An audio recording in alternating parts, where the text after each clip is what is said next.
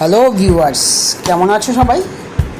তো চলে আসলাম ভালোবেসে রান্নাঘরে আমার চ্যানেলে বা ফেসবুক পেজে একটা নতুন রেসিপি নিয়ে আজকে আমি তোমাদের বানিয়ে দেখাবো রেশমি চিকেন বাটার মশলা।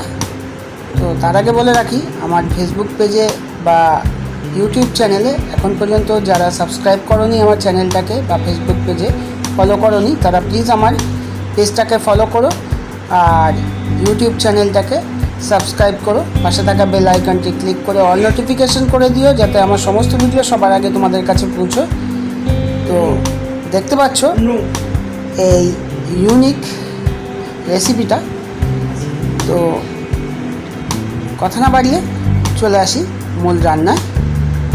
তো এখানে চিকেন নিয়েছি, চিকেনটা একটু ছোটো পিস করে কেটে ধুয়ে নিয়েছি, ভালো করে জল ঝরিয়ে নিয়েছি, সঙ্গে সর্ষের তেল দিয়ে রান্নাটা করব।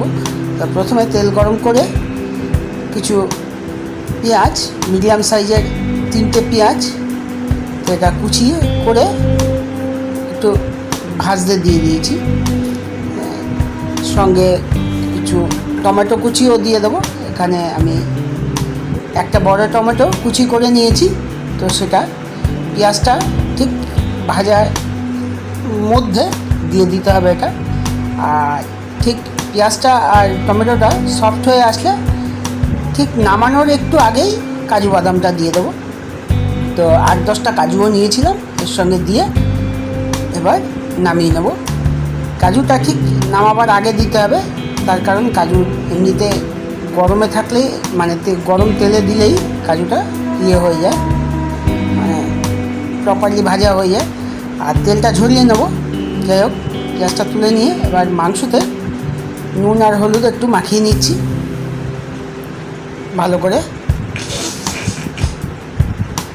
তো ওই গরম তেলেই মাংসটাও হালকা করে ফ্রাই করে নিতে হবে এখানে। তো মাংসটা খুব বেশিক্ষণ না, মানে তেলটা গরম থাকবে তার মধ্যে দিয়েই 3 থেকে 4 মিনিট একটু নাড়াচাড়া করে নিতে হবে। তো এইভাবে মাংসটা ফ্রাই করে নিতে হবে। এবার সঙ্গে কিছু মশলা নিয়ে নিচ্ছি জয়িত্রী, জায়ফল আর একটু গরম মশলা, এটা গুঁড়ো করে নেব। আর এটা গুঁড়ো করে নিয়ে, শুকনো গুঁড়ো করে নিয়ে এটা একটা স্পেশাল মশলা। আর এবার পেঁয়াজটাকেও আর কি দিয়ে দেবো। পেঁয়াজ, টক দই, যেটা সটে করে নিয়েছিলাম পেঁয়াজটা, সেটা একটু মিক্সিতে গ্রাইন্ড করে নেবো। এবার ওই তেলেই মাংসটা ভাজা হয়ে গেলে ওই তেলের মধ্যেই আর কি আদা রসুন বাটাটা দিয়ে সঙ্গে দিয়ে দেবো জিরের গুঁড়ো আর ধনের গুঁড়ো, আর তার সঙ্গে হলুদ, নুন, লঙ্কা গুঁড়ো, এটা দিয়ে ভালো করে ভেজে নেব। সঙ্গে একটু বাটার দিয়ে দেবো। আর ঠিক ভাজা হয়ে গেলে দিয়ে দেবো স্পেশাল মশলাটা, মানে ওই ফ্লেভার্ড মশলাটা। এবার দিয়ে 2-3 মিনিট নাড়াচাড়া করে দিয়ে দেবো এবার ওই পেঁয়াজ আর টমেটো আর কাজু বাদামের পেস্টটা। এবার দিয়ে এটাও ভালো করে একটু কষিয়ে নিয়ে দিয়ে দেবো ফ্রাই করা মাংসগুলো। দিয়ে 3 থেকে 4 মিনিট ভালো করে কষিয়ে নিতে হবে।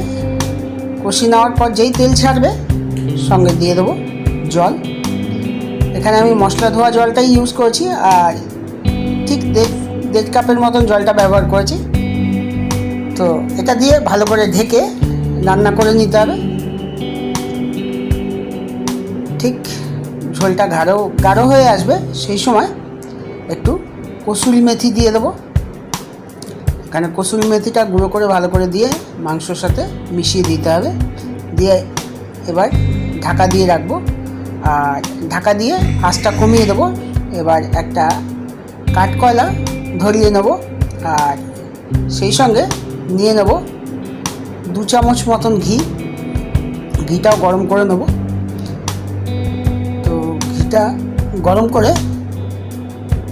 মাংসর ঝোলটা ঠিক গাঢ় হয়ে আসবে, সেই সময় ঘিটা একটা পাত্রের মধ্যে দিয়ে এরকম মাঝখানে বসিয়ে দেবো। আর জ্বলন্ত কাঠকয়লাটা দিয়ে একটু স্মোকি ফ্লেভার দিয়ে নেব। মিনিট খানেক রেখেই এটা তুলে নেব। এবার ভালো করে মিশিয়ে দেবো। আপনারা ইচ্ছা করলে এই ঘিটাও এর মধ্যে দিয়ে দিতে পারেন ছেঁকে। সেই সঙ্গে দিয়ে দেবো একটু গুঁড়ো গরম মশলা আর একটু ফ্রেশ ক্রিম। এতে মানে গ্রেভিটা একদম খুব স্মুথ হয়। তো এইভাবে রান্না করে নেবো আরও 1 মিনিট। তো এই ছিল আমার চিকেন রেশমি বাটার মশালার রেসিপি। আশা করি এটা তোমাদের ভালো লেগেছে।